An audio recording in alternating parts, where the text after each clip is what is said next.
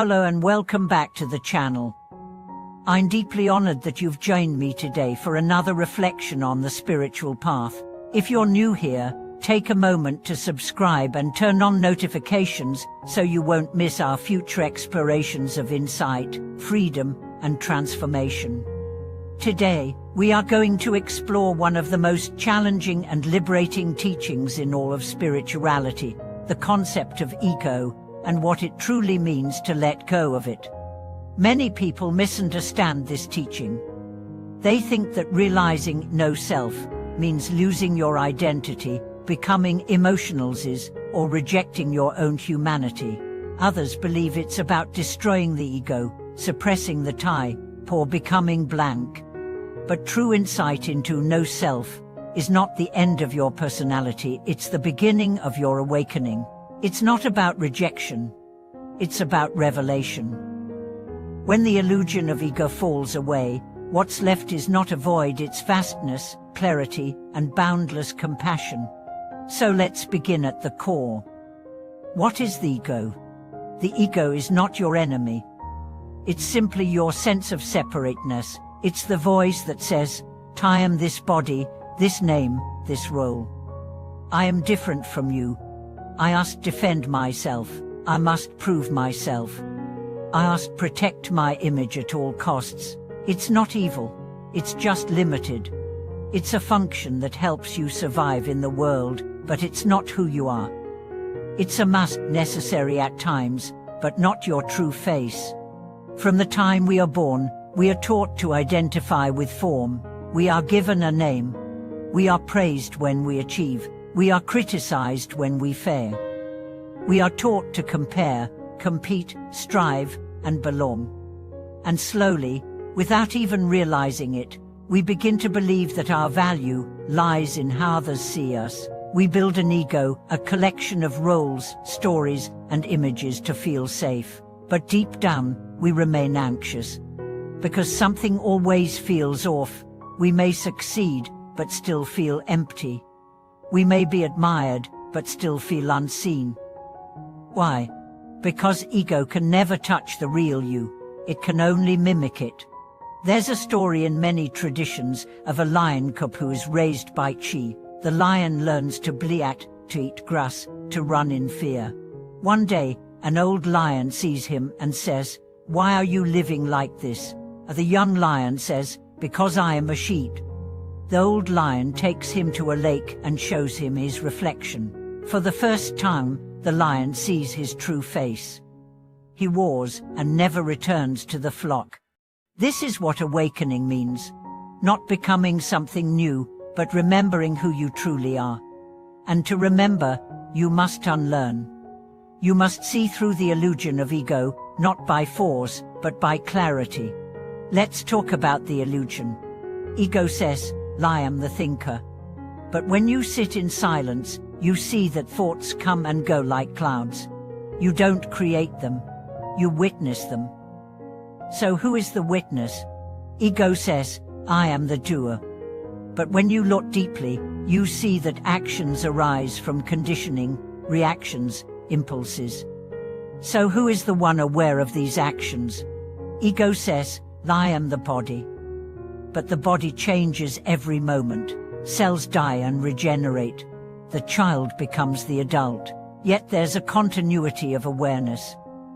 So who is aware of the changing body? Ego is not solid.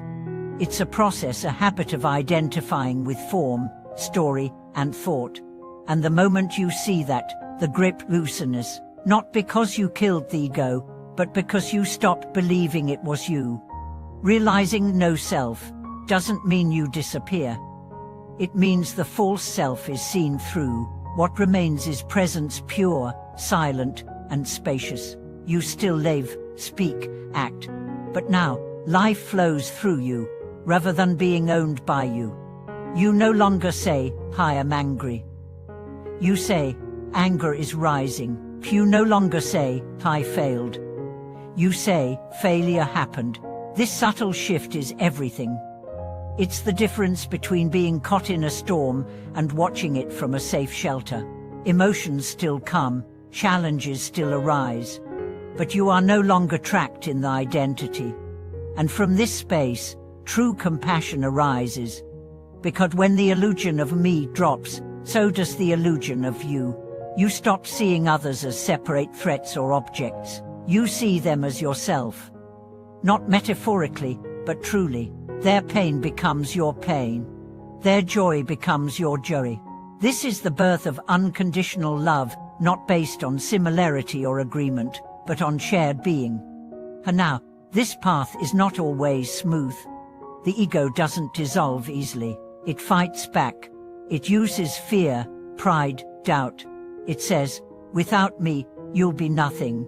But that's the final illusion. Because in truth, without ego, you are everything. Not in a grandiose way, but in an inclusive way. You are no longer a wave fighting other waves. You are the ocean, moving in all waves. Let me share a story. A teacher once asked his student, "Who are you?" The student answered, "I am a seeker." The teacher said, "That is a role." The student said, "I am consciousness." The teacher said, "That is a concept." The student grew silent. The teacher said, "And now you are closer. Silence is not emptiness. It is fullness without form. When you stop trying to define yourself, the truth has space to emerge." So how do we practice this? Start with observation. Watch your thoughts without judgment. Watch your emotions without labels. Don't try to fix or analyze. Just see. The more you observe, the more you realize everything changes, but something in you is unchanged. That something is not a thing. It's not a person. It's awareness itself. Next, inquire. Ask, who is the one experiencing this? Go deeper than the mind's answers. Sit in the question. Let it burn through the layers of identity. Then surrender. Not in weakness, but in wisdom. Let go of needing to be someone. Let life move through you. Let words arise when needed. Let silence arise when it speaks louder. This path is not about perfection. It's about presence, not about becoming someone else, but being no one, and from that, being everyone. When the ego dissolves, life becomes simpler. You are no longer chasing approval, success, or security. You are no longer avoiding failure, rejection, or loss. You are simply here, awake, alive, and free. And paradoxically, that's when life begins to flow. Relationships deepen, creativity blossoms, service becomes natural. Because you're not operating from fear or lack. You're expressing from wholeness. This is the beginning of awakening. Not a dramatic event, but a gradual unfolding. A peeling away of masks. A softening into truth. A return to what's always been. Thank you for being here with me on this journey. If this message spoke to something deep within you, I invite you to share in the comments. What part of the ego are you ready to release? What glimpse of truth have you tasted?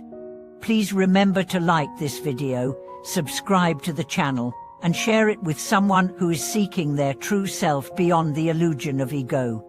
Thank you again for watching this video.